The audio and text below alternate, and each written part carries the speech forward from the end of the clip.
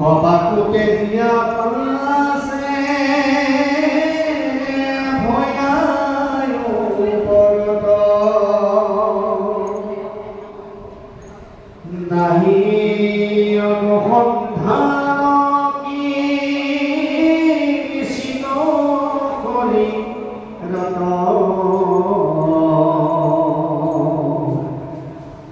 প্ৰমত্তৰ গাৱে যে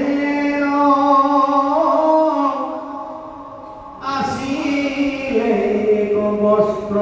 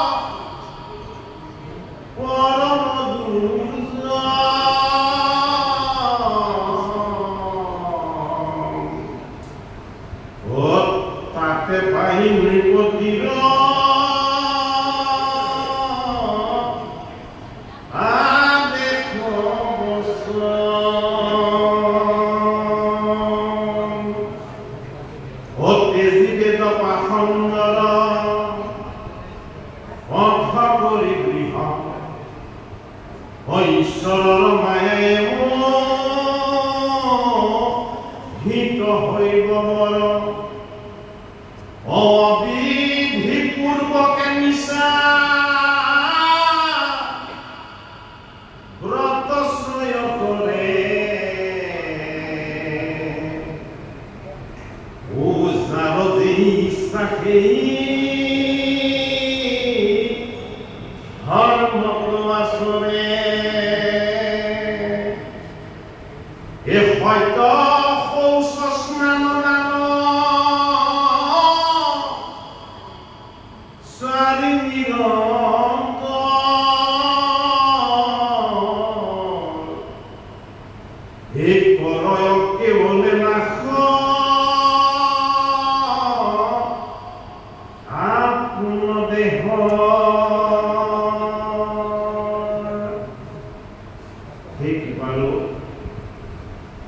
গুৰুমূৰ্তি ভকত বৈষ্ণৱ আই সমস্ত শিশু সমস্ত আৰু এই ৰাইডিঙীয়া গাঁৱৰ সমস্ত সেৱকী সমস্ত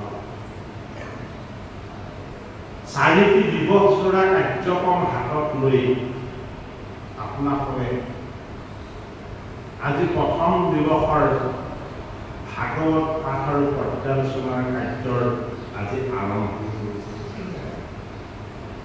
যি শাস্ত্ৰৰ নাম শ্ৰৱণ কৰিলে জীৱৰ জন্ম জন্মান্তৰৰ সঞ্চিত পাপৰ পৰা মুক্তি লাভ হয়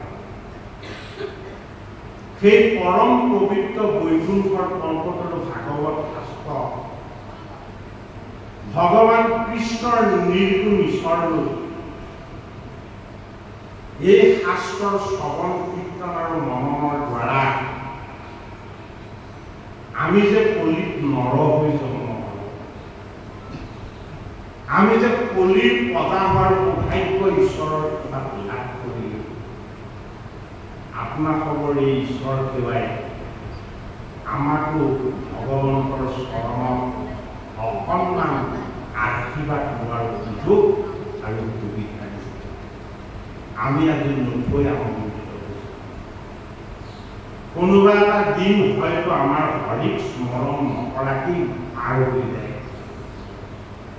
এই কলিৰ পদাৰ আয়ুস কম ভোগ বেছি বিলাস বেছি কলিৰ পদাৰ আকাৰবিলাক ক্ষুদ্ৰ কিন্তু বুদ্ধিবিলাক বৰ কলিৰ পদাৰ ৰূপলৈ সময় নাই সময়ৰ নাটনি অত্যন্ত চঞ্চল কলি অধৰ্ম আৰু অন্যায়ৰ পৰিমাণটো সাগৰ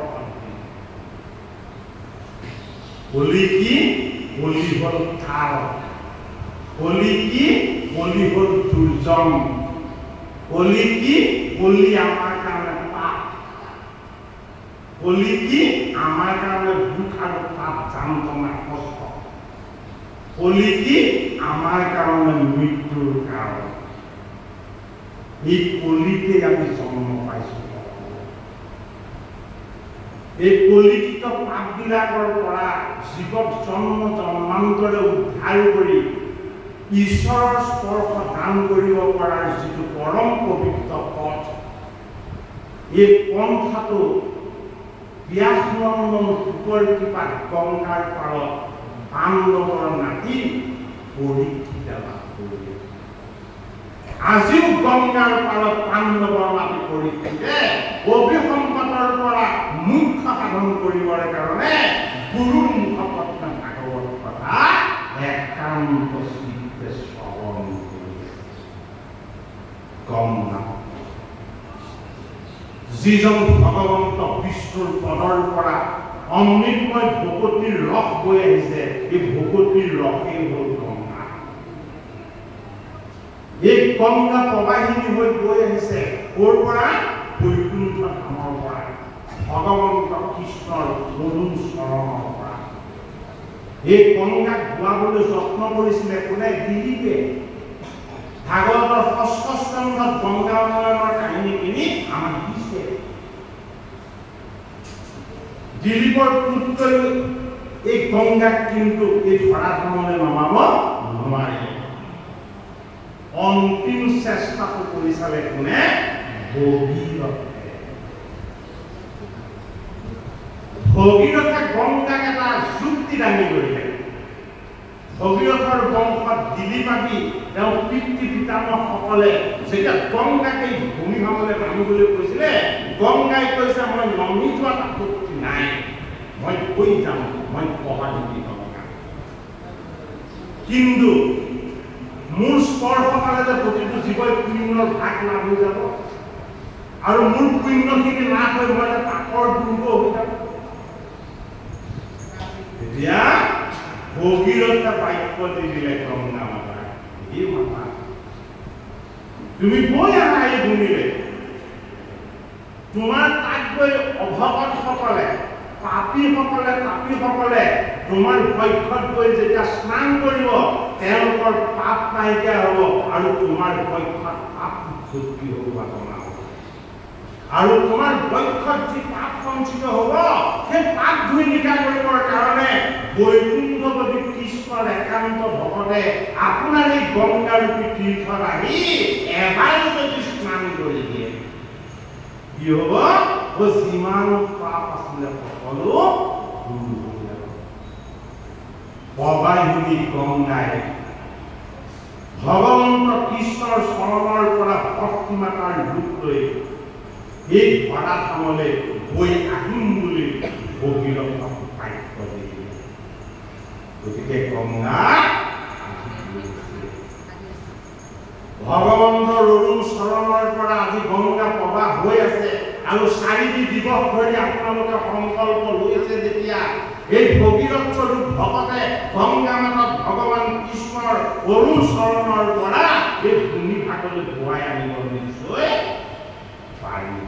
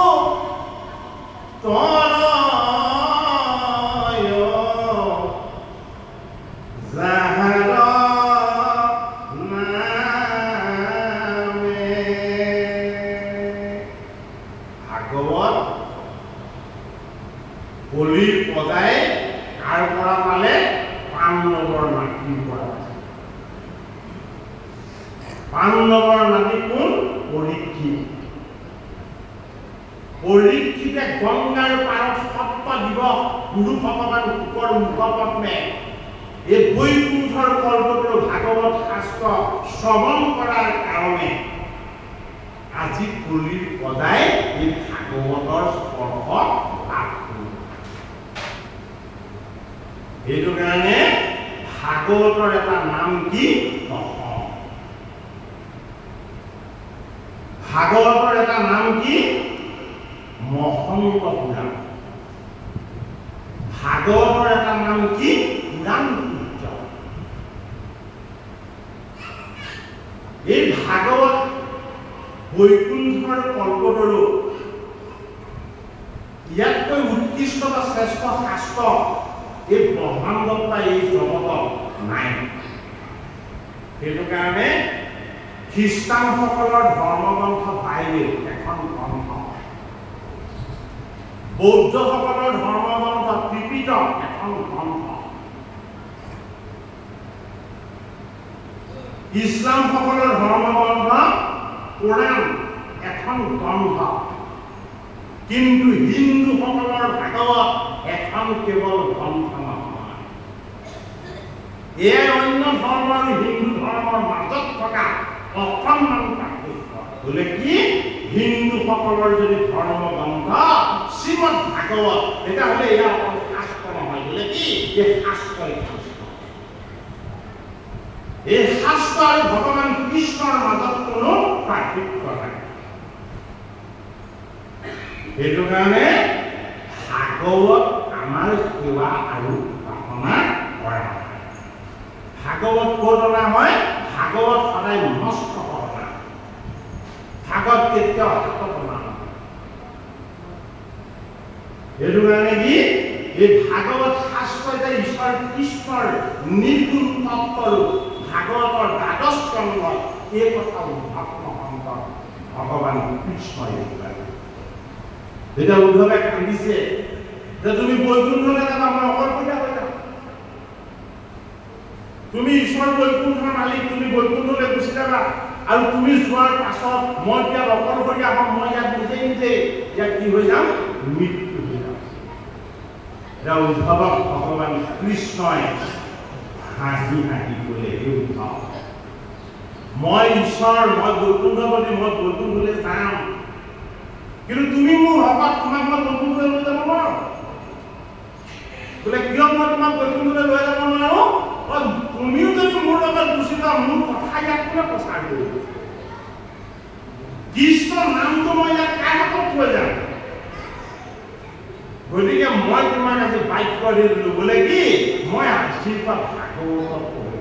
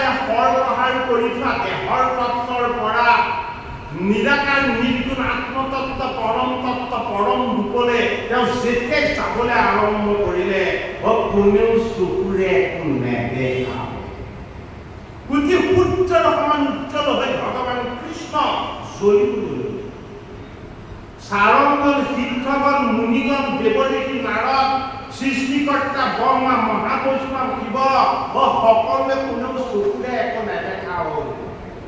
কোটি সূৰ্যৰ সমান উজ্জ্বল কেৱল পোহৰেৰে তেওঁলোকক কাষ কৰিবলৈ দিলে। গতিকে কৃষ্ণ কি কোটি সূৰ্যতকৈ উজ্জ্বল ঈশ্বৰ, যাৰ উজ্জ্বলতা কোটি সূৰ্যৰ লগত তুলনা হয় সেয়া হ'ল কৃষ্ণ। সেইটো কাৰণে কি ভাৰত পঞ্চম বেদ মহাভাৰত, পুৰাণ 17খন পুৰাণ, আদি যত আদি হ'ল আদিকাণ্ড ৰামায়ণ, যত বাকী অন্যান্য শাস্ত্ৰবিলাক বিভিন্ন খণ্ড মহন্তই যিমান চৰ্চা নকৰক কিয় ভাৰত পুৰাণ আদি যত প্ৰকাশ কৰয় নামত ইয়াত নানা মত প্ৰকাশ কৰা হৈছে, একমত প্ৰকাশ কৰি দেখুওৱা হোৱা নাই। মানে পৰম আনন্দ ৰসময় কোটি সূৰ্য সম প্ৰকাশ হয়। পৰম আনন্দ ক'ত আছে? পৰম আনন্দ আছে পৰম ঈশ্বৰৰ লগত। পৰম আনন্দ ক'ত আছে? পৰম তত্ত্বৰ লগত। পৰম আনন্দৰ ভাগ কোনে দান কৰিব পাৰে? পৰম আনন্দ কৃষ্ণই দান কৰিব পাৰে। সেইটো কাৰণে কি কোটি সূৰ্য সম প্ৰকাশ। শাস্ত্ৰভাগৰ নামটো কি? শ্ৰীমদ ভাগৱত। ভা মানে কি? ভা মানে পোহৰ। এই শাস্ত্ৰই কি দিয়ে? এই শাস্ত্ৰই পৰমাত্মাৰ পোহৰ দিয়ে। সেইটো কাৰণে ভা মানে কি? ভাৱদীপ্ত সচ্চিদানন্দে। মাধৱ মহাপুৰুষে এই ভটো কি কৰিছে? 6টা ভলে ৰূপান্তৰ কৰিছে। এই ভাৱক ভাই ভজ ভগৱন্ত ভক্তি ভাৱে। আমি ভাবিব লাগিব ভক্তি ভাৱে কাক? ভগৱন্ত। ভগৱন্তক ভক্তি ভাৱেৰে ভাবিলে কি হ'ব? ভাৱত ভগৱানৰ আমাৰ চিন্তন হ'ল আৰু হ'ব। সেইটো কাৰণে ভা মানে পোহৰ। এই পোহৰটো কি? এই পোহৰটোক আমি জ্যোতি বুলি কওঁ, হয়নে? এই জ্যোতিটোৱে কি কৰে? আন্ধাৰবিলাকক দূৰ কৰে, অজ্ঞানবিলাকক আঁতৰ কৰে, অবিদ্যাবিলাকক বিনাশ কৰে আৰু কি কৰে? সত্যক প্ৰকাশ কৰে। সেইটো কাৰণে আমি প্ৰত্যেকেই পৰম জ্যোতিৰ পৰম তত্ত্ব, আমি ঈশ্বৰৰ অংশ, আমি জীৱ। সেইটো কাৰণে জীৱ কি? জীৱ হ'ল পৰীক্ষিত। পৰীক্ষিত কিয় জীৱ বুলি কোৱা হৈছে? পৰীক্ষিত জীৱই আশ্ৰয় লৈছে ক'ত? সুখৰ চৰণ। সুখ কি? সুখ হ'ল আত্মা। ভাগৱত সুখ বুলিয়ে কৈছে গংগাৰ পাৰত। গতিকে পৰীক্ষিত হ'ল জীৱ। জীৱৰ কি হয়? জীৱৰ দুৰ্গতি আৰু কষ্ট হয়। জীৱৰ কি হয়? জীৱৰ সদ্গতি আৰু সংস্কাৰ হয়। জীৱৰ দুটা ভাগ। জীৱৰ দুৰ্গতি আৰু কষ্ট অজ্ঞান আৰু অবিদ্যাৰ কাৰণে হয়। জীৱৰ সদ্গতি আৰু সংস্কাৰ বিদ্যা বুদ্ধি আৰু সৎসংগৰ কাৰণে হয়। সেইটো কাৰণে ভাগৱত কি? মৈত্ৰৰ শাস্ত্ৰ নহয়। ভাগৱত কি? মৈত্ৰৰ চিন্তা চৰ্চাৰে আমি ইয়াৰ সম্ভেদ পোৱা তত্ত্ব নহয়। ভাগৱত কি? ভাগৱত বিপৰীত শাস্ত্ৰ। এই শাস্ত্ৰ ভাগ বিপৰীত বোলে কিয়? বোলে শাস্ত্ৰ নহয়, ইয়াত কৃষ্ণ। বোলে কেনেকে কৃষ্ণ? তুমি ভাগৱত শ্ৰৱণ কৰিলে কৃষ্ণক দেখা পাবা। যদি তুমি ভাগৱত শ্ৰৱণ কীৰ্তন কৰা তুমি কৃষ্ণৰ স্পৰ্শ পাবা।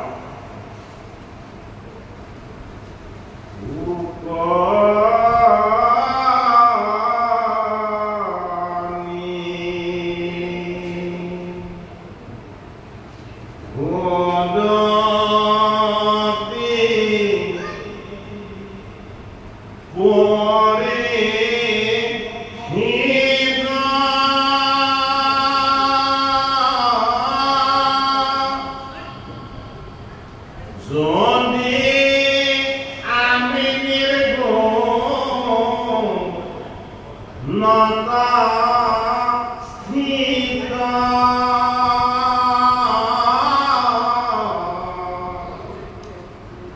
তথাপি উত্তম শ্লোক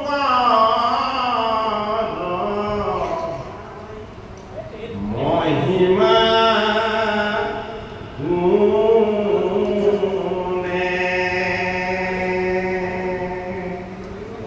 হে বৎস ভৈৰৱান মুৰচিত এ ভাগৱত কণ্ঠ বিপৰীত হে পৰমানন্দে পঢ়িলো আমি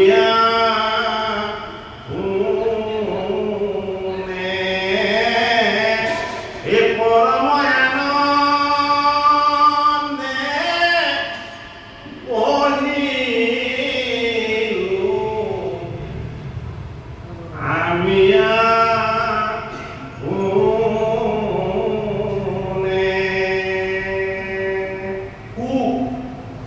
আমাৰ আত্মা এই সুখৰূপী আত্মায় এই জীবৰূপী পৰীক্ষিত কৈছে বলে কি হে জীবৰূপী পৰীক্ষিত তুমি পৰাপক্ষে তুমিও গুণময় নহয় আৰু মই কি মই কৃষ্ণৰ আত্মাৰূপী স্বৰূপ তত্ত্ব ময়ো নিৰ্গুণ স্থিত তুমি জীৱ গুণময় নহয় তুমি পৰাপক্ষে এই জীৱক প্ৰতিপালন কৰি থকা মই সুখ হলো আত্মা মই ঈশ্বৰৰ তত্ত্ব মই ৰাম মই ঈশ্বৰৰ তত্ত্ব মই গুণত নাই সেইটো কাৰণে কি মই বস্ত্ৰই নিপিন্ধো সুখে বোলে বস্ত্ৰ নিপিন্ধে সুখে কিয় বস্ত্ৰ নিপিন্ধে বস্ত্ৰ গুণময় যাৰ মায়া আছে তাক বস্ত্ৰ লাগে যি মায়াক অতিক্ৰম কৰিলে তাক বস্ত্ৰ নালাগে সেইটো কাৰণে সুখ কি সুখ হল আত্মা এই নিৰ্গুণ স্থিত হৈ থকা সুখৰূপী আত্মাই পৰীক্ষিত ৰূপী জীৱক কৈছে বোলে কি মোক বস কৰিলে কিহে এই ভাগৱত শাস্ত্ৰই বোলে কিয় মই নিৰ্গুণ স্থিত হৈ মই ভাগৱত স্বৰূপ ভগৱন্তৰ লগত এক হৈ মই ঈশ্বৰ তত্ত্বৰ আনন্দত লীন হৈ আছিলো এই পৰীক্ষিত ৰূপী জীৱক গংগাৰ পাৰত তুমি বহি কৃষ্ণ কৃষ্ণ বুলি স্মৰণ কৰি দিয়াৰ লগে লগে মই মূৰ্তিমন্ত হৈ নৃত্যৰত হৈ মই গংগাৰ পাৰত আহি পাই গলো নৃত্য কৰিবলৈ তাৰ সুখ কি হৈ আছিলে সুখ নিৰ্গুণ স্থিত হৈ আত্মা হৈ আছিলে পৰীক্ষিতে কৃষ্ণ কৃষ্ণ নাম জপ কৰাৰ কাৰণে তেওঁ নৃত্যৰত হৈ গংগাৰ পাৰত দেখা দিলে সাকাৰ ৰূপ লৈ ল'লে বলে কিয় এই তোমাৰ কৃষ্ণৰ নাম আৰু ভগৱন্তৰ উপাসনা এইখিনিয়ে মোক বস কৰিলে সেইটো কাৰণে মই গুণময় দেহ তত্ত্বলৈ আহিলো সেইটো কাৰণে গংগাৰ পাৰলৈ যেতিয়া সুখদেৱ ভগৱান আহিলে সহস্ৰ ঋষিয়ে উলম্ব হৈ দুহাত দাঙি উঠি হৰি হৰি ধনিলে উপকবিবা নন্দনালে সুকতকে বহুত বয়োজ্যেষ্ঠ কোন টিকামক্য লিখি বেদজ্ঞান সেই দেৱ সমাজত আছিলে কোন ভাগৱত প্ৰণয়ন কৰিবলৈ গুৰু হৈ পৰামৰ্শ দিয়া দেৱ ঋষি নাৰদ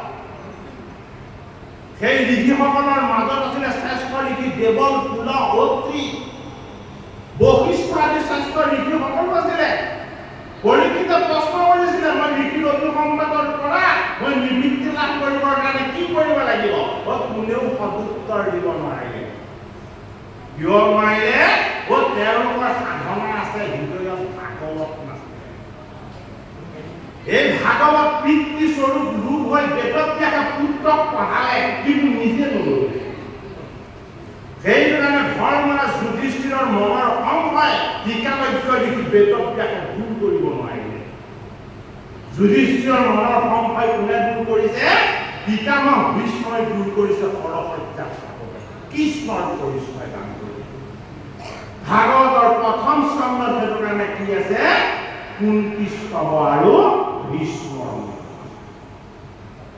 গতিকে মুখ্যম স্বৰূপ ঈশ্বৰৰ আনন্দৰ তত্ত্বৰ যদি আমি স্পৰ্শ পাবলৈ হয় আমাক প্ৰতিপালন কৰা আত্মাৰূপী সুতৰ চৰণত আমি আশ্ৰয় লৈ আমি জীৱন পৰীক্ষা দিবলৈ অহা এই মায়াৰ সংসাৰত মায়া আৰু মোহ কাম আৰু ক্ৰোধ দম্ভ আৰু দেহ এই অহংকাৰৰ এই মায়াময় মোহময় বন্ধনত আমি নিগয়া কৰি ফুৰা এই পৰীক্ষিত জীৱবিলাকক কলৈ নিব লাগিব গংগাৰ পাৰলৈ নিব লাগিব আজি ৰাইজনীয়া গাঁৱৰ ৰাইজে গংগাৰ পাৰত গোবিন্দ ৰূপাপনাৰে এই পৰীক্ষিত ৰূপী জীৱবিলাকক জীৱন পৰীক্ষা দি মায়াময় মোহময় শান্তিময় পথত ঘূৰি থকাৰ পৰা ভগৱত প্ৰেম আৰু কৃষ্ণ প্ৰেমৰ আনন্দৰ ফালে এই জীৱবিলাকক আজি ধুৱাই আনিছে গতিকে গংগাৰ পাৰত শুকৰ মুখ পদ্মে পৰীক্ষিত ৰূপী জীৱই যদি কেনেবাকে এই ভাগৱত স্বৰূপ অমৃতময় ভগৱন্তৰ কথাৰ ভাগ যদি কেনেবাকে জীৱনত সন্মান পাব পাৰে কি হ'ব পোকে কৈছে তুমিও নিৰ্পূৰ্ণ তুমি গৰ্ভত থাকোঁতে এই চতুৰ্ভুজ ৰূপত ভগৱন্ত বিষ্ণুক দৰ্শন পাইছিলা কিন্তু তুমি সৎসংগৰ অভাৱৰ বাবে তুমি মৰা হাত ঋষিৰ তলত মেলিয়াই তুমি অপবিত্ৰ পাপৰ ভাগ লৈ তুমি জীৱনত হাহাকাৰ কৰি শেষত মৃত্যুৰ খণ্ডনি তুমি গংগাৰ পাৰলৈ গতিকে জীৱনৰ অন্তিম সময়ত মৃত্যুৰ খণ্ডনি আমি গংগাৰ পাৰলৈ যাবলৈ আমি বাট চাই থাকিলে নহ'ব আমি পৰীক্ষিতৰ দৰে 7 দিনীয়া দিব সপ্তাহৰ বাৰ 7টাই এইকেইটাৰ ৰোটেশ্যন হৈ আছে পৰীক্ষিতত যে অভিসংবাদ আপুনি আমাৰ গাটো লাগি গ'ল আমিও 7 দিনীয়া জীৱ হৈ আছো কিহৰ কাৰণে জন্ম ল'লো মৃত্যুৰ কাৰণে যতস্ৰহি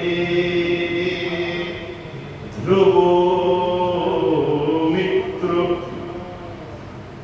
ধ্ৰুৱং জন্ম মৃতস্যা তস্মাৎ পৰিহাৰাৰ্থে ভক্তুংসুসি আমোহাসি ওই পৃথিবীত জন্ম হোৱা আজিলৈকে কোন মৃত্যু নোহোৱাকৈ আছে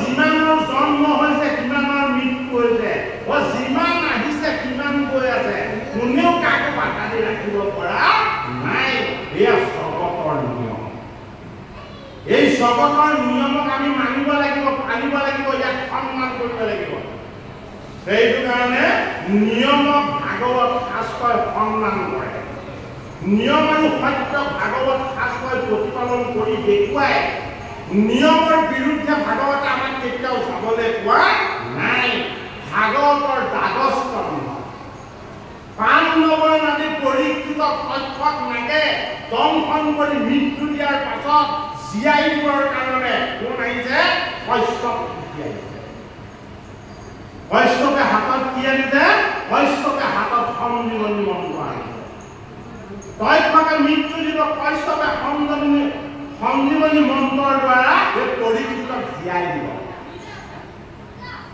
হয়নে বাৰু ৰাস্তাতে মুখামুখি হৈ গ'ল কাৰ এই কশ্যপ আৰু তথ্যকৰ তথ্যক কোন তথ্যক হ'ল কাৰ হয়নে কশ্যপ কি কশ্যপ হ'ল জীৱনৰ জড় সাধনা জীৱনৰ জড় সাধনাই কালক বাধা দিব নোৱাৰে সেইটো কাৰণে কি আছে জড়তাত লোভ আছে কশ্যপ ব্ৰাহ্মণক ক'লে তুমি কিহৰ কাৰণে ৰজাক জীয়াবলৈ যোৱা বোলে ৰজাক জীয়ালে মই দেই ধনটো পাম তাৰ তথ্যকে ক'লে সেই ধনটো মই দিম তুমি যাব মেলা পাণ্ডৱৰ নাৰী পৰীক্ষিতে দ্বাদশ স্কন্ধলৈকে ভাগৱত শ্ৰৱণ কৰি তেওঁ যেতিয়া ব্ৰহ্মজ্ঞান লাভ হ'ল গুৰু ভগৱান শুকদেৱে যেতিয়া পৰীক্ষিতক প্ৰশ্ন কৰিছে হে পৰীক্ষিত তোমাৰ মনৰ সংশয় দূৰ হ'ল তুমি এতিয়াও নিজক চিনি পালানে? তুমি তোমাক নিজক বুজি পালানে? যদি তোমাৰ মনৰ সংশয় দূৰ হোৱা নাই, যদি তুমি নিজকে চিনি পোৱা নাই আৰু বুজি পোৱা নাই, মই দ্বাদশ স্কন্ধ ভাগৱত তোমাক পুনৰ আকৌ এটা পৰীক্ষিত নিকটিয়ে কৈছে, হে গুৰু ভগৱান, আপোনাৰ দৰে গুৰুৰ চৰণ পালে, ভগৱান কৃষ্ণৰ নাম পালে, এই ভাগৱত শাস্ত্ৰ পালে, জীৱৰ মনৰ সংশয় দূৰ নোহোৱাকে থাকিব পাৰে জানো? আপোনাৰ দৰে গুৰুৰ কৃপাত ভগৱন্ত কৃষ্ণৰ নামৰ প্ৰসাদত আৰু এই ভাগৱত শাস্ত্ৰৰ আশীৰ্বাদত বোলে কি হ'ল, মোৰ মনৰ সংশয় দূৰ হ'ল। এই গুৰুজন আপুনি এতিয়া পুনৰ আকৌ অন্তৰ্নিহিত হওক। অন্তৰ্নিহিত হওক মানে কি? অন্তৰ্ধান হৈ যাওক। আপুনি নিৰ্গুণ আত্মাৰো আপুনি গুণময় ৰূপলৈ আহিছিলে, মোক দেখাই দিছিলে, আপুনি আকৌ নিৰ্গুণ ৰূপলৈ গতি কৰক। পাণ্ডৱন আদি পৰীক্ষিত চকু মুদি কৃষ্ণক চিন্তা কৰিলে আৰু সন্মুখত দেখিলে সুখদেৱ ভগৱানৰ অন্তৰ্ধান। এই সুখদেৱ ভগৱান অন্তৰ্ধান যেতিয়া হৈ থাকিলে, তেতিয়া পৰীক্ষিত নৃপতিয়ে সুখৰ চৰম চিন্তা কৰিলে আৰু দেখা পালে সুখৰ মাজতে কৃষ্ণ বিৰাজমান হৈ আছে। যদি মোৰ ভগৱান সুখৰ চৰণত মই চিন্তা কৰাৰ লগে লগে মই যদি ভগৱান কৃষ্ণক নমাই আনিব পাৰিলো, তেতিয়াহ'লে তথ্যকক মই বাধা দিব নালাগে। বোলে কি? হে তুমি আহিবা বোলে কিয়?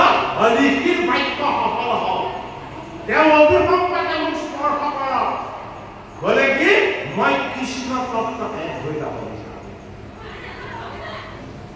তথ্যক লাগে আহি পৰীক্ষিতৰ চৰণত স্পৰ্শ কৰাৰ আগতে পৰীক্ষিতৰ নিৰীক্ষণ প্ৰমাণটো দেখুৱায়। যিজন পৰীক্ষিতে ঋষিৰ অভিসম্পাদৰ ভয়ত তথ্যক সৰ্বাই দংশন কৰি মৃত্যু দিব বুলি ভাবি এই জীৱনৰ মৃত্যুৰ ভয়ৰ পৰা ৰক্ষা পাবৰ কাৰণে যিজন পৰীক্ষিতে গংগাৰ পাৰলৈ গোবিন্দৰ চৰণ ভিক্ষা কৰিবলৈ গৈছিলে, সেইজন পৰীক্ষিতে গংগাৰ পাৰলৈ তথ্যকক মাতি তেওঁৰ চৰণত দংশন কৰাই কৃষ্ণ তত্ত্বতে হৈ যাব পাৰিব। ভাগৱত গ্ৰন্থ এই শাস্ত্ৰৰ দ্বাৰা, এই শাস্ত্ৰৰ শ্ৰৱণ কীৰ্তনৰ দ্বাৰা আমাৰ দৰে পৰীক্ষিত জীৱবিলাকৰ মৃত্যুৰ ভয় দূৰ হ'ব লাগিব। যেতিয়ালৈকে মৃত্যুৰ ভয় থাকিব, তেতিয়ালৈকে আমাক ভাগৱতে পীড়া কৰা নাই বুলি বুজিব লাগিব। বিপৰীত শাস্ত্ৰ এই ভাগৱত। সেইটো কাৰণে এতিয়া আমাক পঞ্চম স্কন্ধত এতিয়া আমাক কি দিছে? ঋষভদেৱৰ দেহ ত্যাগ। ঋষভদেৱে দেহ কেনেকে ত্যাগ কৰিলে? ঋষভদেৱে দেহ ত্যাগ কৰিছে কিহৰ তত্ত্বৰে? ঈশ্বৰ সেৱা আৰু উপাসনাৰ তত্ত্বৰে। মানে কি? মই দেহ ত্যাগ নকৰো, মই আত্মা হৈ ঈশ্বৰক চিনি যাম, এই দেহ মই ইয়াক নিজে নিজে এৰি। সেইটো কাৰণে ঋষভদেৱে দেহ ত্যাগ কেনেকে কৰি দেখাইছে? উপাসনা আৰু সাধনাৰ দ্বাৰা। কি কৰিছে? প্ৰথম অন্ন ত্যাগ কৰিছে, তাৰ পাছত জল ত্যাগ কৰিছে, তাৰ পাছত নিদ্ৰা ত্যাগ কৰিছে, হয়নে? আৰু তাৰ পাছত কি কৰিছে? কেৱল পৰম ব্ৰহ্মৰ ৰূপটো হৃদয়ত ধাৰণ কৰি ব্ৰহ্মময় ঈশ্বৰক আত্মা ৰূপত জ্যোতি ৰূপত উপাসনা কৰি কৰি এই নশ্বৰ মাটিৰ যে ইয়াতে এৰি ঋষভ মানে হ'ল শ্ৰেষ্ঠ। যিজনৰ কৃপাতে জীৱবিলাক জগতলৈ আহে, যিজনৰ স্পৰ্শ পালে নৰম নাৰায়ণ ৰূপলৈ গতি কৰিব পাৰে, সেইজন হ'ল ঋষভ। সেইটো কাৰণে এই ঋষভৰ সময় হ'ল কোন? এই ঋষভৰ সময় 100 দিন হৈ গৈছে। ঋষভৰ সময় 100 দিন হৈ গৈছে, হয়নে? আৰু এই 100 জনৰ ভিতৰত এজন কি হৈ গ'ল? এজন জড় হৈ গ'ল। হজন কিন্তু এজন জড় হৈ গ'ল বোলে কেনেকে ও তিনিবাৰ জন্ম ল'লে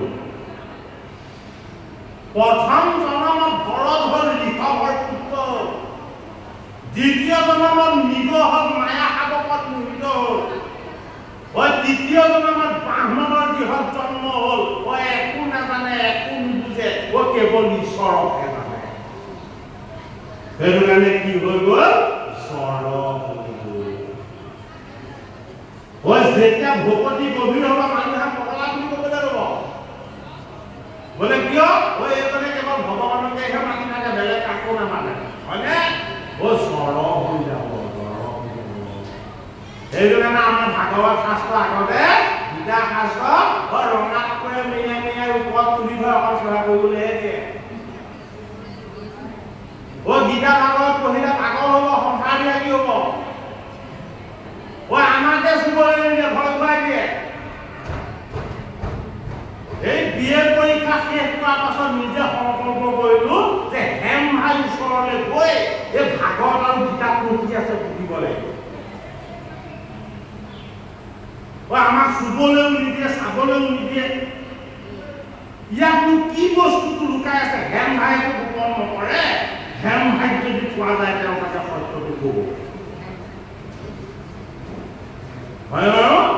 হেম ভাইহে তেতিয়া ক'লে বোলে এখন ৰঙা কাপোৰ মেৰিয়াই থোৱা অৰ্থ এটাই বোলে কি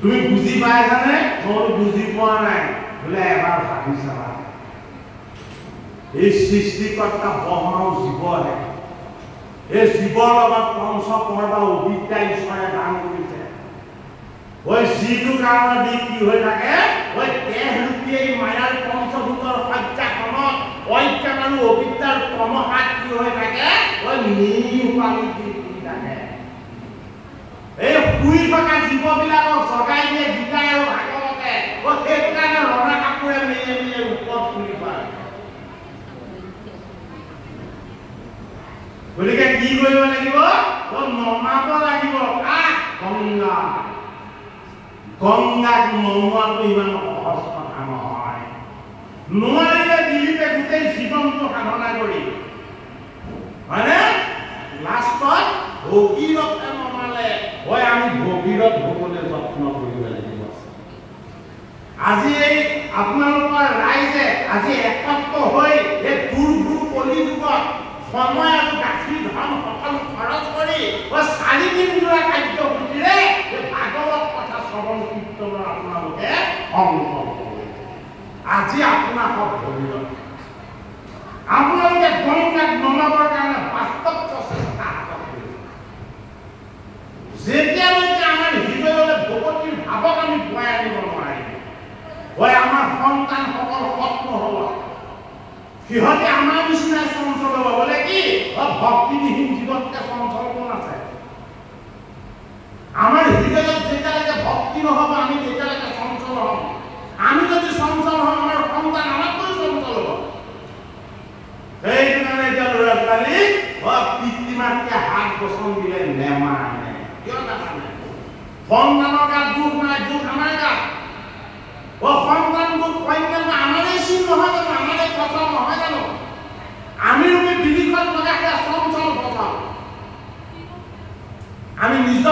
সংস্কাৰ কৰিব লাগিব আমাৰ মাজত থকা যিমানখিনি চঞ্চলতা আৰু আমাৰ যিমানখিনি উন্মাদনা আছে গোটেইখিনি আমাৰ সন্তানৰ গাত যদি যুৱ প্ৰজন্মক ভাল কৰিবলৈ হয় ভাল সতি সন্তান যদি আমি পাবলৈ হয় আমি নিজে সাহসময় জীৱ হ'ব লাগিব আমি নিজে হৰি ভকতি কৰিব লাগিব গীতা ভাগৱত কথা শ্ৰৱণ কীৰ্তন কৰিব লাগিব এই জগতখনক ব্ৰহ্মময় দৰ্শন পাব লাগিব আমাৰ মনৰ মাজত থকা অসূয়া অপ্ৰীতি হিংসা দেশ এই ভাৱবিলাকক আমি আমাৰ পৰা আঁতৰ কৰিবলৈ যত্ন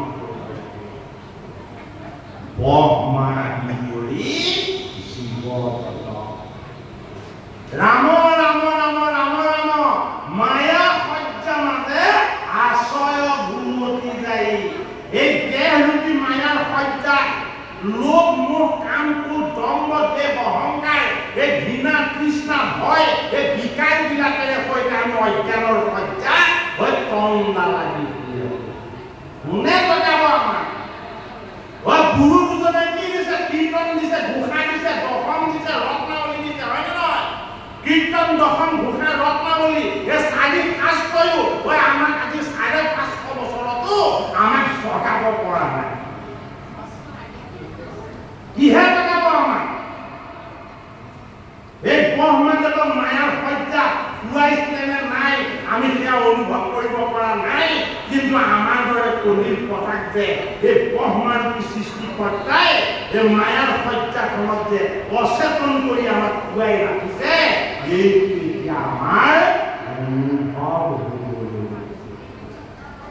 গতিকে জীৱবিলাকক জগাব লাগিব জীৱক জগাবলৈ হ'লে আপুনি মই জগাব নোৱাৰো কোনে জগাব লাগিব চৈতন্য শক্তিৰ দ্বাৰা জগাব লাগিব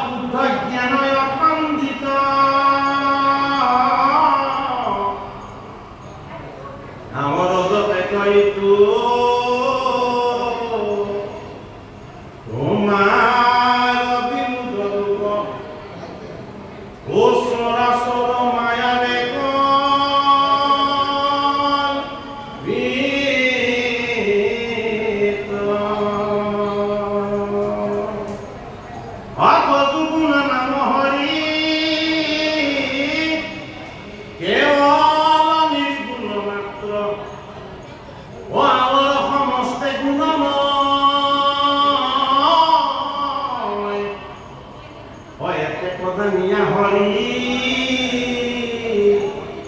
তোমাৰ নাম মাত্ৰ অকৰিলো সাৰ কৃপা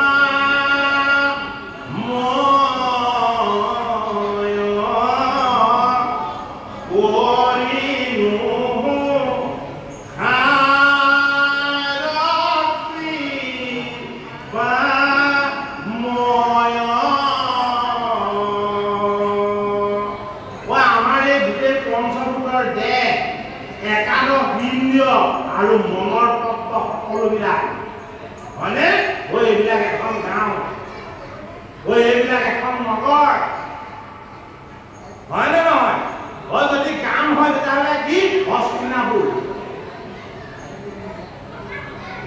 যদি গাঁও হয় তাৰ নামটো কি হ'ব হস্তিনাপুৰ হ'ব হয়নে যদি অৰণ্য হয় তেতিয়াহ'লে কি হ'ব ইন্দ্ৰপ্ৰস্থ হ'ব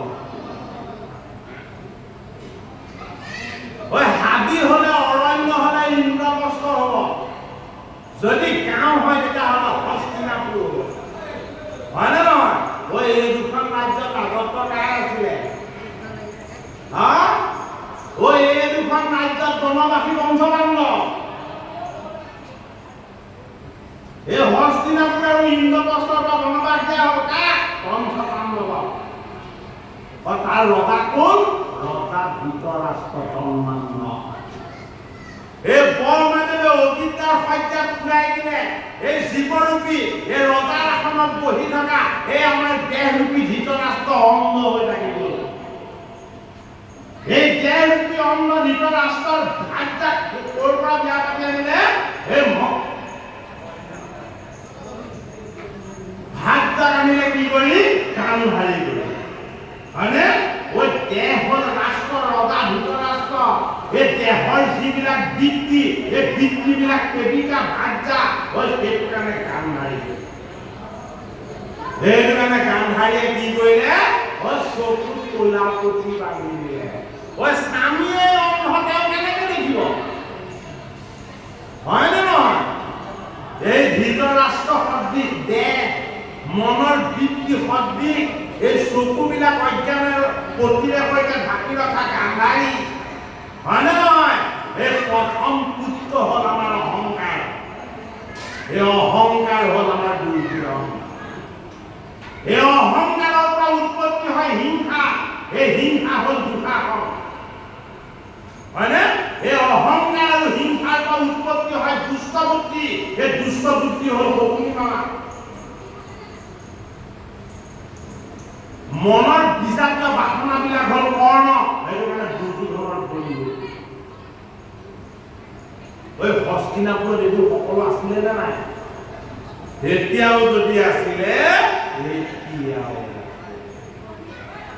এইটো কাৰণে সত্য ঈশ্বৰৰ শুদ্ধ বিচাৰ এই ইন্দ্ৰপ্ৰস্থ আৰু হস্তিনাপুৰলৈ জীৱ হৈ অহা এই পৰীক্ষিত ৰূপী পাণ্ডৱৰ নাতিবিলাকে যদি কেনেবাকে ঈশ্বৰৰ তত্ত্ব আৰু ঈশ্বৰৰ চৰণৰ স্বৰ্গ যদি কেনেবাকে বিচাৰে তেতিয়াহ'লে কি কৰিব লাগিব আমাৰ এই ৰাজসী ভোগ আৰু বিলাসৰ আনন্দময় যিখন সিংহাসন আছে এই সিংহাসনখন আমি ত্যাগ কৰিব লাগিব য'ত ভোগ আছে তাত ৰোগ আছে য'ত বিলাস আছে তাত দুখ আৰু কষ্ট আছে এয়া সত্য কথা সেইটো কাৰণে ৰাজসী যজ্ঞৰ দৰে ইমান ডাঙৰ যজ্ঞ এটা কৰি যুধিষ্ঠিৰে অন্ত কৰাৰ পাছত ভগৱান কৃষ্ণই হাত হৰুৱাই পঞ্চপাণ্ডৱক বনবাস কৰিছিল হয়নে গতিকে এই সংসাৰ অৰণ্য আমি কেতিয়া ৰজা হ'ব লাগে তাৰ ঠিক নাই কেতিয়া বনবাসী হ'ব লাগিব তাৰো ঠিক নাই পাণ্ডৱৰ জীৱনেই আমাৰ জীৱন গতিকে আমি সত্যক কেতিয়াও ত্যাগ কৰিব নালাগিব আমি ধৰ্মক কেতিয়াও ত্যাগ কৰিব নালাগিব আমি সদায় ভগৱান কৃষ্ণক আমাৰ হৃদয়ৰ মন্দিৰত আমি সভাসদ কৰি ৰাখিবলৈ আমি যত্ন কৰিব লাগিব কি শ্ৰেষ্ঠ এই জগতৰ জড়সকলৰ বিনাশ হয় বৈজ্ঞানিকসকলৰ অভিজ্ঞতাসকলৰ এই জগত স্থিতিপূৰ্ণ হয় সাধকজনৰ উপাসকজনৰ সত্য আৰু ধৰ্মৰ পথ অনুসৰণ কৰা সত্য শুদ্ধ এই জীৱৰ কেতিয়াও বিনাশ নহয় সেইজন কি হয় সেইজন ঋষভদেৱ ভাগৱতৰ পঞ্চম স্কন্ধ বলে কি ঋষভদেৱ জড়দেৱটো এই ভূমি ভাগত ত্যাগ কৰিব কি কৰি অনন্য সাধনাৰে ঈশ্বৰৰ উপাসনাৰে অধৰ্ম আৰু অন্যায়ৰ দ্বাৰা নহয় ন্যায় সৎসংগ শুদ্ধ বৃত্তি শুদ্ধ সংস্কাৰ আৰু গভীৰ ভকতিৰ দ্বাৰা ঋষভদেৱে এই জড়দেৱ এই ভূমিত তেওঁ ত্যাগ কৰিছে ক'ত ভাগৱতৰ পঞ্চম আমাৰ পদে সেই কথাখিনিকে আমাক জনালে শুনিও বা আৰু ঋষভৰ কৰ্ম ছয় যেনমতে শৰীৰত তেজি কাটি পায় মহাযোগী গণজেন কৰ্ম আচৰিব দেখাই নন্দ যেনমতে শৰীৰতে জীৱ পূৰ্ণানন্দ আপুনি সাক্ষাৎ নাৰায়ণ তাহানৰ আশ্ৰয় কিবা ভোকত চিন্তা যাৰৰ ৰূপ সমান নাহিতে ত্ৰিভু বনে অবধূত বেশে তাক আঁকি লোৱা আপুনি ঋষভে অন্তিম সময়ত কি কৰিছিলে ওই নিজকে এজন পাগল সজাইছিলে ঋষভদেৱে অবধূত মানে কি কুটিল আৰু জটিল বাতুল পাই হৈ স্বপ্নবেশত ঘূৰি কিয় আৰে আমাৰ ভিতৰত থকা যিজন আত্মাৰূপী ঈশ্বৰ যিজন ঋষভ ৰূপত আজিও বহি আছে ওই সেইজনক আমি কি মায়াৰ আভৰণেৰে ঢাকি ৰাখিছো ভোগ আৰু বিলাসৰ বাসনাবিলাকেৰে কৰিলে আমি সেইজনক আমি হৃদয়ৰ পৰা আঁতৰত ৰাখিছো সত্য স্বৰূপটো সেইজনে প্ৰকাশ কৰি দেখুৱাই যাবলৈ কি এই তোমাৰ পঞ্চভূতৰ দেহ তোমাৰ এই বসন তোমাৰ এই ভোগ আৰু বিলাস ওই এইবিলাক সত্যময় আত্মা পৰমাত্মা পৰম আত্মা সেইটো কাৰণে ঋষভে কি কৰিছে বিপৰীত যোগ আচৰণ কৰি দেখুৱাইছে ফটা কাপোৰ পিন্ধিছে চুলিবিলাক জুতুলা জুতুল কৰি মেলিছে আৰু কি কৰিছে পাগলৰ বেশত ভমি ভমি দেখুৱাইছে বোলে কি এয়াই প্ৰত্যেক জীৱৰ অন্তিম সময় জীৱনৰ অন্তিম সময়ত জীৱৰ লগত স্মৃতিৰ বিভ্ৰম হ'ব দৃষ্টি শক্তি কমি যাব শ্ৰৱণ শক্তি কমি যাব হাত ভৰিবোৰ কঁপিবলৈ ল'ব নিজে কোন সন্মুখত থকাজন কোন কাকো চিনি নোপোৱা হ'ব জীৱনৰ অন্তিমটো কেনেকুৱা হ'ব পাৰে ভাগৱতৰ পঞ্চম স্কন্ধত ঋষভদেৱৰ দেহ ত্যাগৰ দ্বাৰা আমাক শিকাব বিচাৰিছে বোলে কি ঋষভদেৱে যিদৰে দেহ ত্যাগ কৰিছে এদিন এই পঞ্চভূতৰ বিকাৰযুক্ত এই মায়াময় মোহময় এই দেহটো তুমি তেনেকৈ ত্যাগ কৰি থৈ যাব লাগিব এই দেহত কেতিয়াও মোহ নাৰাখিবা এতিয়া অন্তিম সময়ত আমি দেহৰ মোহ এৰিব লাগিব আত্মাৰ লগত এক হ'ব লাগিব পৰমাত্মাৰ পৰম তত্ত্বক আমি স্পৰ্শ কৰিব লাগিব আৰু আমাৰ স্মৰণ হ'ব লাগিব কি কেৱল দৈৱকী নন্দন কৃষ্ণৰ অমৃতময় নাম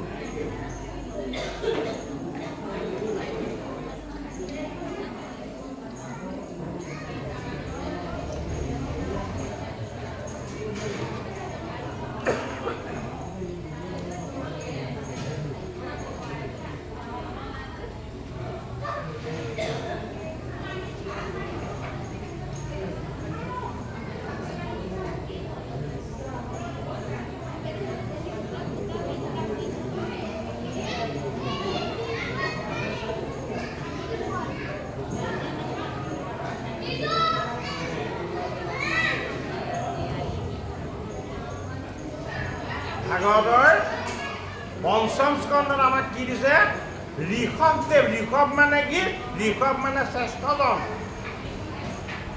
জড়ভৰত আৰু তেওঁৰ 100জন ভাতৃৰ যি পিতৃ এই ঋষভৰ দেহ ত্যাগটো দেখুৱাইছে ঋষভৰ দেহ ত্যাগ কিয় দেখুৱাইছে পঞ্চম স্কন্ধলৈকে যি ভাগৱত শ্ৰৱণ কীৰ্তন আৰু এই ভাগৱতৰ তত্ত্ব মৰ্ম এই হৃদয়ত উপলব্ধি কৰিব সেইজনো শ্ৰেষ্ঠজন হ'ব ভাগৱতৰ বিচাৰ ভাগৱতৰ সংস্কাৰ ভাগৱতৰ ভকতিৰ আনন্দময় তত্ত্বই জীৱক শুদ্ধ কৰে জীৱক পবিত্ৰ কৰে জীৱক ঈশ্বৰমুখী কৰে সেইটো কাৰণে সেই জীৱৰ লগত আৰু মৃত্যু ভয় যাতে নাথাকে সেইটো কাৰণে কি কৰিছে ঋষভৰ দেহ ত্যাগৰ তত্ত্ব দিছে বোলে কি ভাগৱত শাস্ত্ৰ শ্ৰৱণ কীৰ্তন কৰা সকলে যাতে অন্তিম সময়ত যিদৰে ঋষভে দেহ ত্যাগ কৰিছিলে সেইদৰে দেহৰ জড় বন্ধনৰ পৰা নিজক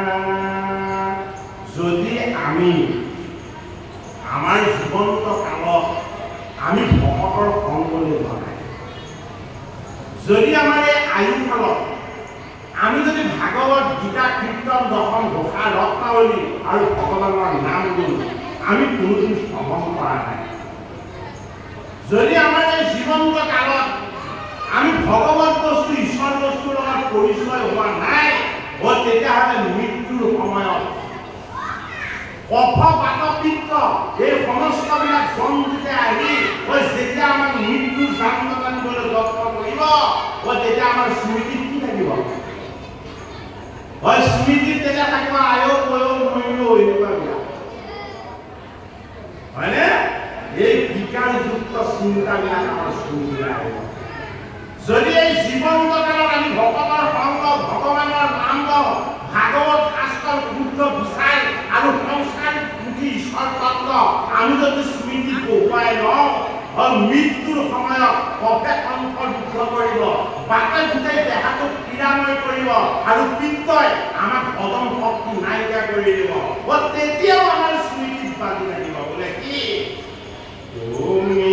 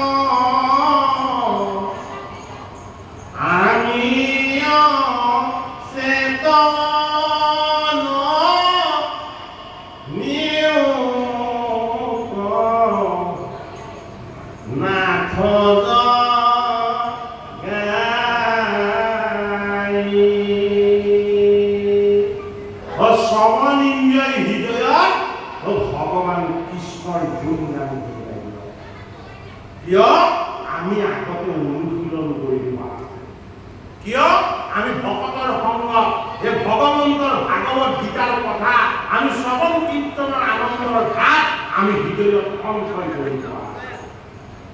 এতিয়া কি হ'ব? অন্তিম সময়ত কণ্ঠ ৰুদ্ধ হ'ব, স্মৃতি বিভ্ৰম হ'ব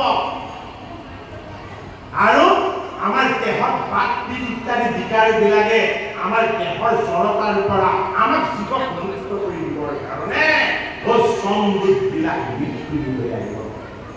আৰু তেতিয়া আমাৰ সংগ কি হ'ব? তেতিয়া আমাৰ সংগ হ'ব ভগৱান, ভগৱানৰ নাম, ভগৱানৰ গুণ আৰু ভগৱানৰ যশ। এই জীৱই স্থান পাব, এইটো কাৰণে এই মানৱ জীৱন কলি কালত হাৰত ভূমিত যদিহে আমি পাইছো তেতিয়াহ'লে আমি জীৱনটোক আৰু বিফল হ'বলৈ দিব নালাগে। ভাগৱত আৰু ভগৱান ভাগৱত শাস্ত্ৰখন ৰঙা কাপোৰে মিলিয়াই কিবা কৰিলে একো নাপাব। কাৰণ পাথৰ এটাক পূজা কৰা আৰু বান্ধি থোৱা কিতাপ এখনক পূজা কৰা একো পাৰ্থক্য নাই, হয়নে? এই ভাগৱত শাস্ত্ৰত থকা ভগৱানৰ গুণ যশ আৰু লীলাৰ কথা কৰ্মৰ ৰন্ধেৰে আমাৰ হৃদয়ত প্ৰৱেশ হৈ আমাৰ স্মৃতিত ক্ৰিয়া কৰিব লাগিব।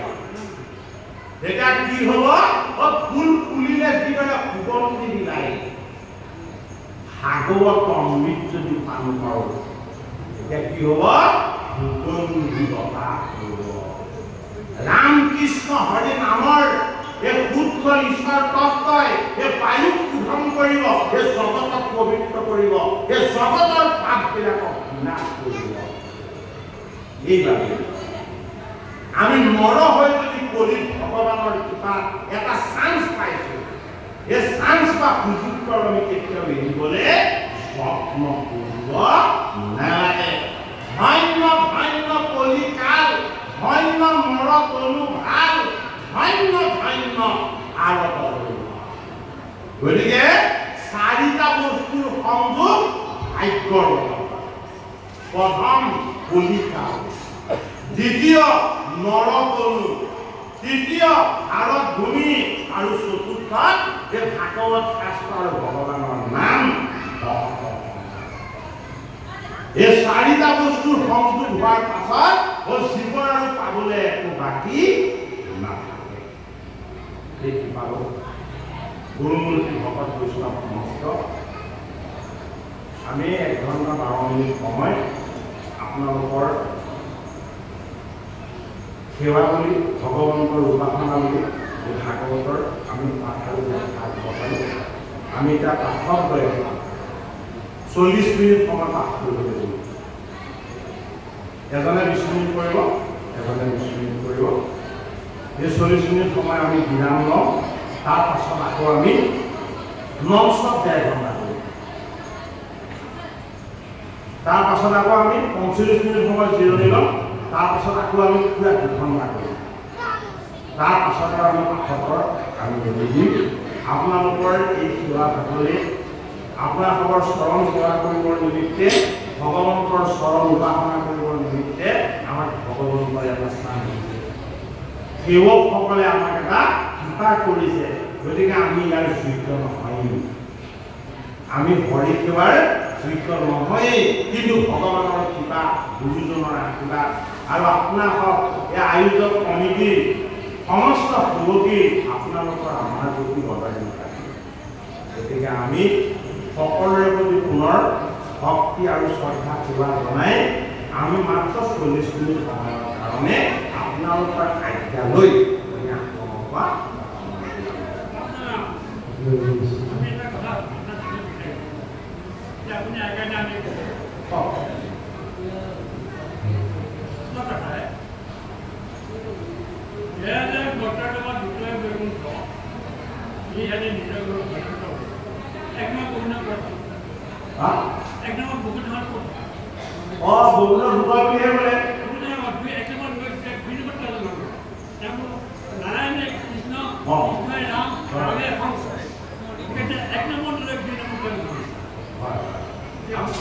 আপোনাৰ প্ৰশ্নৰ উত্তৰটো আমি অহা ভাগ পাঠ পৰ্যালোচনা দেই এটা আগবঢ়াম যে বৈকুণ্ঠ দ্বিতীয় গুৰুজনা আহি কিয় অৱতাৰ নহয় দ্বিতীয় বৈকুণ্ঠ নহয় আচলতে বৈকুণ্ঠ গুৰুজনা আনিছে নেকি আপুনি যদি অকণমান ভালকে চাই বৈকুণ্ঠ দ্বিতীয় বৈকুণ্ঠ কিন্তু গুৰুজনাই আনিছে বেলেগৰ নাই তেওঁ দ্বিতীয় বৈকুণ্ঠখন আনিবৰ কাৰণে এই বস্তুলৈ আহিছে গুৰুজনাই আনিছে আমি তাকে মানি আছো পালি আছো বোলে কিয় ও হৰি নাম ৰখে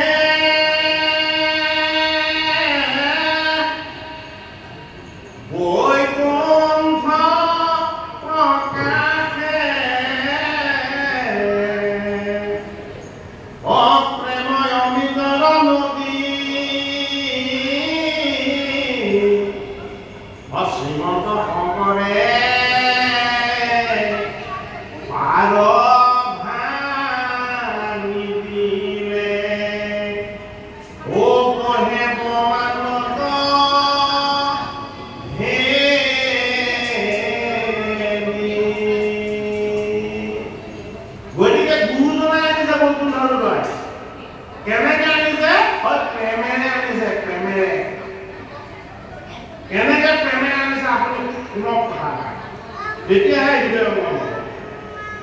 আমাৰ দিশ মাজুলী আপোনালোকৰ গাঁৱলৈ যদি মই তেনেকৈ গাড়ী এখন লৈ গোটেই দিনটো যদি অহা যোৱা কৰি থাকো এজন ব্যক্তি বা এগৰাকী আয়ো মোক প্ৰশ্ন নকৰে যে আপুনি ক'ৰ পৰা আহিছে কিয় আহিছে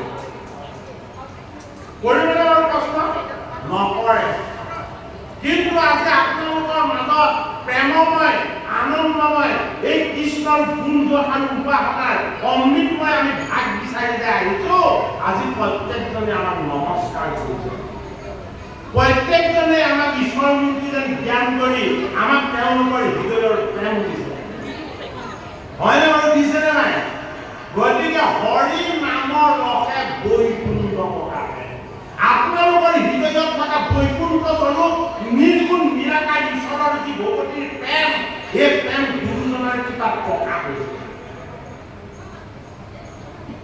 বৈকুণ্ঠ দ্বিতীয়ত যদি গোবিন্দৰ প্ৰেম প্ৰকাশ নহয় প্ৰথমখন বৈকুণ্ঠ আপুনি ক'ত বিচাৰি পাব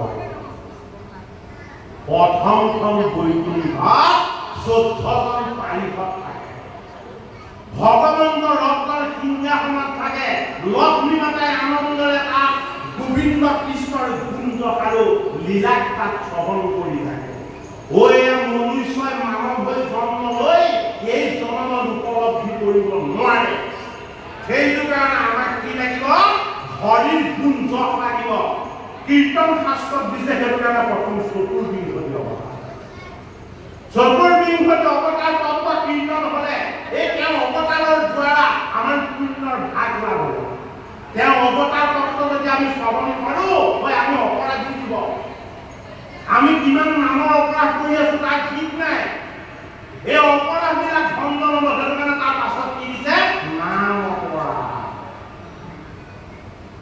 এই নামৰ অপৰাধ এই মত্যত হয় বৈকুণ্ঠত নহয় মত্যত কিয় নামৰ অপৰাধ হয় আমাৰ পাখণ্ডময় বৃত্তি কিছুমান আছে পাশবিক বৃত্তি এই পাশবিক বৃত্তিবিলাকক আমি বিনাশ কৰিব নোৱাৰিলে নামৰ পুণ্যৰ ভাগ আমি কেতিয়াও এই জনমতো লাভ কৰিব নোৱাৰিম কীৰ্তন শাস্ত্ৰৰ তৃতীয় খণ্ডত কি দিয়া আছে এই পাখণ্ড মৰ্ণন হ'বলৈ হ'লে এই দ্বিতীয় বৈকুণ্ঠত আমি ভকতৰ সংগত ভগৱানৰ গুণ নাম আৰু জপ আমি এইবিলাকৰ আশ্ৰয় ল'ব লাগিব তেতিয়া কি হ'ম আমি সাধনময় জীৱ আছিলো আমি ঈশ্বৰৰ অংশ আছিলো আমি কৰা প্ৰকৃতিৰে ঈশ্বৰ আৰু আমাৰ মাজত কোনো পাৰ্থক্য নাছিলে আমাৰ জীৱন হ'ব ঈশ্বৰৰ জ্ঞান আমাৰ জীৱন হ'ব ঈশ্বৰৰ জ্ঞান আমাৰ জীৱন হ'ব ঈশ্বৰৰ উপাসনাৰ সম্বল কীৰ্তনৰ চতুৰ্থ অধ্যায় শব্দটো কি আছে জ্ঞান বৰ্ণন এই কীৰ্তন শাস্ত্ৰৰ দ্বাৰা যদি আপুনি ভালদৰে চাই আমাৰ মাজত থকা গাৰূপী পাপ এই গজেন্দ্ৰৰূপী অহংকাৰবিলাক বিনাশ কৰিবৰ কাৰণে 3 অধ্যায় কীৰ্তনত অষ্টম স্তম্ভৰ গজেন্দ্ৰ জীৱন যাতে কংসৰ কাৰাগাৰ নহয়, এই জীৱন যাতে অহংকাৰ আৰু অবিদ্যাৰ কি হয় সমুদ্ৰ নহয়। সেইটো কাৰণে কি দিছে? ধ্ৰুৱ চৰিত্ৰ দিছে। এই চতুৰ্থ স্কন্ধত ইতিমধ্যে আপোনালোকৰ ধ্ৰুৱ চৰিত্ৰৰ পাঠ পৰ্যালোচনা হৈ গৈছে। ধ্ৰুৱ মানে সত্য, সত্যৰ চৰিত্ৰ কি? সত্যৰ চৰিত্ৰ হ'ল ভক্তি। ভক্তি স্পৰ্শন হ'লে সত্যৰ উপলব্ধি নহ'ব। এইটো কাৰণে আমাৰ এই জীৱন কি সত্যৰ সন্ধান কৰোঁতা, ঈশ্বৰ তত্ত্বৰ ভাগ লাভ কৰোঁতা আৰু ঈশ্বৰৰ লগত আমি এক হৈ যোৱাৰ চেষ্টা আমি সদায় কৰিবলৈ যত্ন কৰা আমাৰ ইয়াত আত্মময় জীৱন। সেইটো কাৰণে কি হয় আমাৰ জীৱন চৰিত্ৰ এই মায়াময় মোহময় কৰি ৰাখিলে নহ'ব, ধূপৰ দৰে কৰিব লাগিব। সত্য ঈশ্বৰৰ সন্ধানত বঢ়াব লাগিব। কি ক্ষেত্ৰত? নাৰায়ণ। এই দেহত আত্মা আছে, আত্মা নাৰায়ণ। এই নাৰায়ণ ৰূপী ঈশ্বৰৰ লগত আমি এক হ'ব পাৰিব লাগিব। এই জীৱটো সঁচা বস্তু পৰাপক্ষে ঈশ্বৰৰ অংশ। এই জীৱক ধাৰণ কৰি আছে আত্মাৰূপী ধ্ৰুৱ সত্য ঈশ্বৰে। এই ঈশ্বৰৰ পৰিচয় যদি আমি পাওঁ, আমি নাৰায়ণ ক্ষেত্ৰলৈ যাব পাৰিম। সেইটো কাৰণে বুদ্ধিকাৰক বিশ্বভাগে দেখিব লাগিব। বুদ্ধিকা মানে কি? গুণ। গুণ মানে কি? গুণময়। এই গুণময় বস্তুবিলাক ঈশ্বৰৰ মায়া, নিৰ্গুণ বস্তুবিলাকৰ নিৰাকাৰ ৰূপত নাৰায়ণ আত্মা ঈশ্বৰ। সেইটো কাৰণে পুষ্য মানে হ'ল নিৰাকাৰ। গুণ ঈশ্বৰক দেখা পোৱা নাযাব, নিৰাকাৰক দেখা পোৱা যাব। বোলে কি? যিটো শক্তিক মই দেখা নাই, যিটো শক্তিক মই চোৱা নাই, যিটো শক্তিক মই চোৱা নাই, সেয়াই নাৰায়ণ। বোলে ক'ত আছে? মোৰ হৃদয়ত আত্মাৰূপী ঈশ্বৰ হৃদয়তে, হয়নে? প্ৰত্যেকৰে হৃদয়তে আমি বিচাৰি চোৱা নাই। গতিকে হৃদয় কি? হৃদয় বৈকুণ্ঠ। কি বৈকুণ্ঠ? প্ৰথম বৈকুণ্ঠ। এই হৃদয় বৈকুণ্ঠৰ পৰা সাকাৰ গহ্বৰূপী এই জীৱৰ মাজলে বৈকুণ্ঠ হৃদয়ৰে নিৰাকাৰ ঈশ্বৰৰ গুঞ্জ আনিব লাগিব। কোনে আনিলে? জগতগুৰু জীৱন্ত শংকৰে। সেইটো কাৰণে এয়া হ'ল বৈকুণ্ঠ হৃদয়। সেই কিতাপ গুৰু মন্দিৰ প্ৰাপ্তাঞ্চল সংস্কৃত নামঘোষাৰ চতুৰ্থ ঘোষা ঘোষাৰ কীৰ্তনেৰে সন্ধ্যা লাগিছে। আমাৰ প্ৰথম ভাগ পাঠৰ পৰ্যালোচনাত আমি এতিয়া সামৰিম। দ্বিতীয় ভাগ পাঠ পৰ্যালোচনা আমি ৪৫ মিনিট পাছত আকৌ আমি আৰম্ভ কৰিম। গতিকে আপোনালোকে অপৰাধ পৰিৱৰ্তন কৰিব। হয় একান্ত ভকত হবে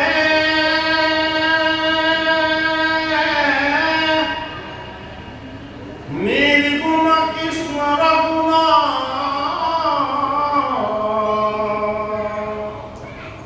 ও গাঁৱে সদা বহিয়া কথা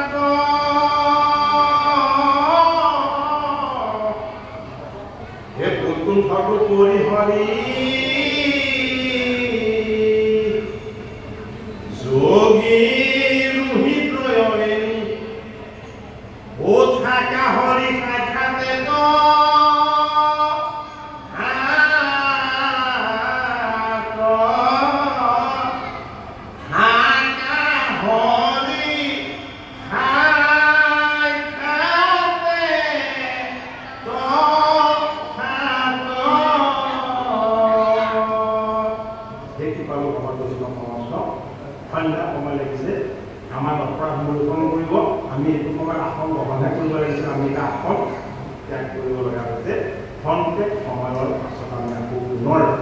ভগৱন্ত আৰু আপোনাৰ ভকত আমাৰ কাৰণে ঈশ্বৰ।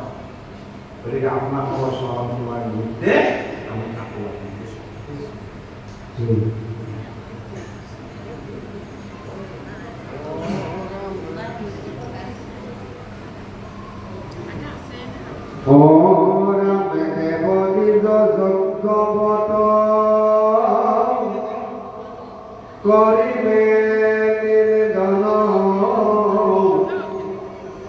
বিষ্ণু ভক্ত বৈষ্ণৱ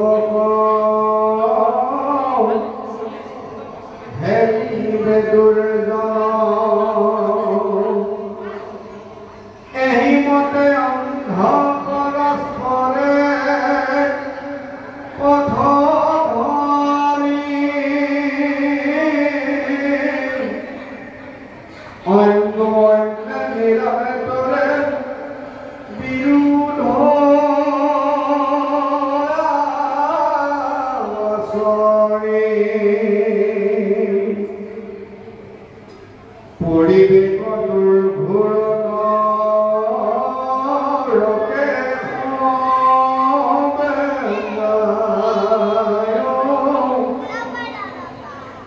নহয় বে বিস্তাৰ তাপমে বাৰ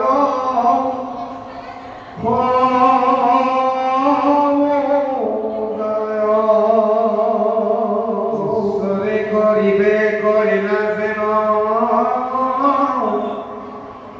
কৰ্ম দুষ্কৰ তাপয় সৰিবে গান ফকনে বাপৰ সত্য দীপা পৃথিৱী বৈষণ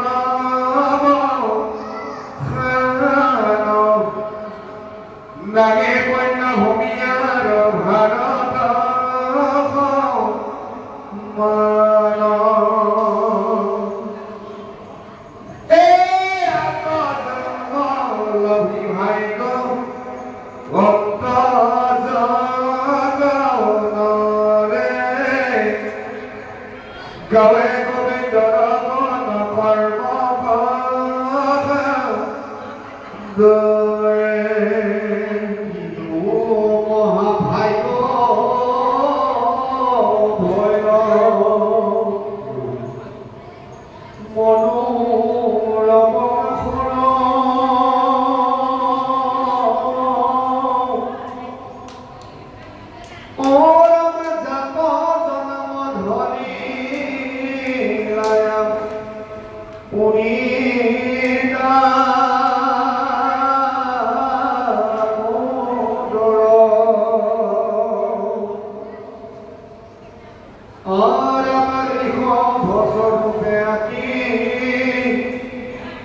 Koi, claro, claro.